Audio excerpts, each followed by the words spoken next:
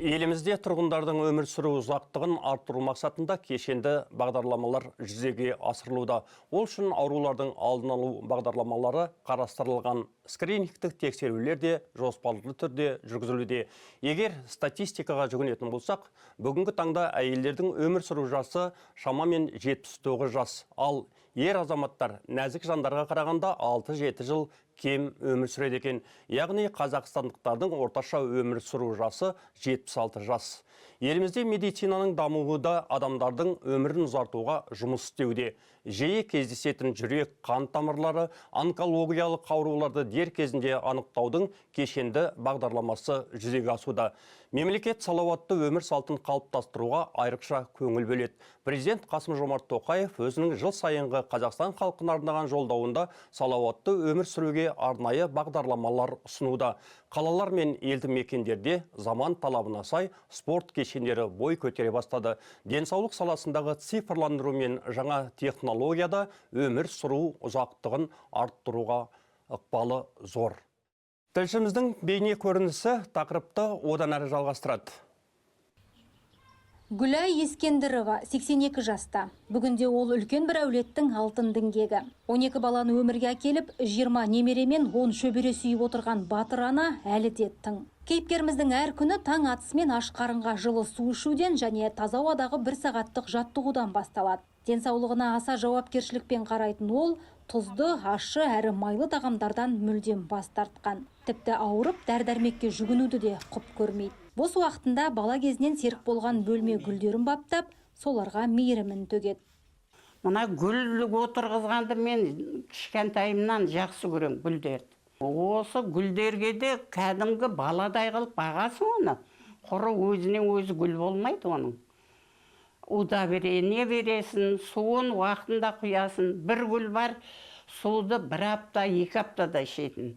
Ал бір гүл бар, 1 аптада ішеді. Біреуі 3-4 күнде су беріп тұрасың оған. Кейіпкеріміздің айтуынша үй жұмысымен гүл баптау оның негізгі терапиясы. Өз тамағын өзі дайындағанды ұнататын апамыз жеңіл ас мәзіріне көшкен. Алайда Гүлай апа ұзақ өмірдің сырын тек дұрыс тамақтанудан ғана емес, жан тыныштығынан іздейді. Ол үшін біреудің ала жібін аттамай, көңілді жүру басты қағида. Көп жасау үшін ешкімге өкпе айтпау керек. Өзің кеуілді болып жүруің керек. Біреуге қиянат істемеу керек. Біреуді алдамау керек, балам. Өзің таза жүрсең, көп жасайсың. Мен ата-енемнің алғысын алған адаммын. Көп алғыс алсаң, балаң да жақсы болады. Өзіңе қарап өсет сол балдар. Алматы облысында қариялардың қатары жыл санап артып келеді. Бұл ең алдымен медициналық инфрақұрылымның жақсаруы мен профилактикалық шаралардың қолжетімді болуының жемісі. Әсіресе ауылдық жерлерде қарттарға арналған мобильді бригадалардың жұмысы жүйелі жолға қойылған. Бүгінде өңірде 90 жасты еңсерген 2,5 мыңнан астам қарт болса, Қонаев қаласының өзінде де ғасырға жуық ғұмыр кешіп жатқан ақсақалдардың қарасы қалың. Алматы облысы бойынша бізде статистикамен салыстырғанда 2020 жылы 90 жастан асқан қарт адамдардың саны 72%-ді құраса, 2025 жылдың соңындағы статистика ол 75%-ке жетті. Яғни соңғы 5 жылда адамның жас ұзақтығы 3 жылға артты деген білдіреді. Ал біз Қонаев қаласын алатын болса, Қонаев қаласында қарттық 80 жастан жоғары адамдардың саны 1150-ді құрайды. Біздің ауруханаға тіркелген адамдардың саны.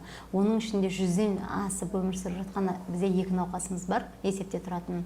Өмір жасын ұзартуда скринингтік тексерулердің де маңызы зор. Қазіргі таңда облыс бойынша тексеруден өту жасы 76-ға дейін ұзартылды. Бұл жүрек қан тамырлары, қант диабеті және онкологиялық ауруларды ерте анықтауға мүмкіндік береді. Қуантарлығы қазіргі уақытта тұрғындар арасында денсаулыққа деген жауапкершілік жоғары. Ақпараттың қолжетімділігі арқасында скринингтен өз еркімен өтетін азаматтардың, әсіресе үлкен кісілердің белсенділігі артып келеді. қазір информацияның кең тараған түрі, СМИ көп, әртүрлі пабликтар бар, солар бойынша да адамдар өздері қызығып, скринингтің не екенін бұрын скринингқа шақыру бізге қиын болатын расында. Қазір олардың туған туыстарының ішінде әйтеуір немесе көршісі болсын бір онкологиямен ауыратын адам бар да, сол себептен адамдарда настороженность бар. Бұрындағыдай қиын емес қазір. Әрине қиыншылықтар барлық жерде бар, жұмыс бабымен шыға алмайтындар бар, но именно үлкен пенсиядағы кісілер, үйде отырған кісілер өздері өз еркімен келіп, мен өтенші деп келетіндер бар. Тек медицина емес, әлеуметтік ортада қарттардың жанына қуат береді. Мәселен, Қарасай ауданының Ұмтыл ауылдық округінде ашылған белсенді ұзақ өмір сүру орталығы бір жылдың ішінде үлкен сұранысқа ие болды. Келушілер саны 65-тен 135-ке дейін өскен. Мұнда зейнеткерлер үшін фитнес, йога, компьютерлік сауаттылық пен қолөнер сияқты 12 түрлі бағыт тегін жұмыс істейді. Мамандардың айтуынша, мұндай орталықтар қарттардың күйзеліске түспеуіне және қан қысымының реттелуіне тікелей әсер етеді. Медбике, психолог, йога, цигун, хор, вокал, шахмат, тоғызқұмалақ, скандинавский жүріс, ЛФК, ЭДШ, және де би. Таңғы 6-дан келіп, скандинавский ходьбасымен жүріп, өздерін жақсы сезінеді. Бұндай орталықтардың көп болуын ол кісілердің қалауы. Ұзақ өмір сүрудің сыры тек медицинаның жетістігінде емес, адамның өз денсаулығына деген құрметінде. Салауатты әдет қалыптастыру, скринингтен уақытылы өту және ең бастысы жақсы көңіл күй мен жан тыныштығы. Ми тыныш, көңіл сергек болғанда ғана дерт бойлатпайды.